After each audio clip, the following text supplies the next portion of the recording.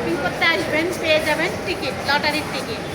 আর এই যে জুতো ভাগ্যে লেগে যায়, এই যে বাইক এবং ফ্রিজ। আর এই যে হচ্ছে লটারির বক্স, মানে সমুদ্রের মাঝে আমরা এই দুইটা কপল দিতেছি সমুদ্রের ভিতরে দুইটা কপল দিল। দেখা যাক যদি কপালে লেগে যায়।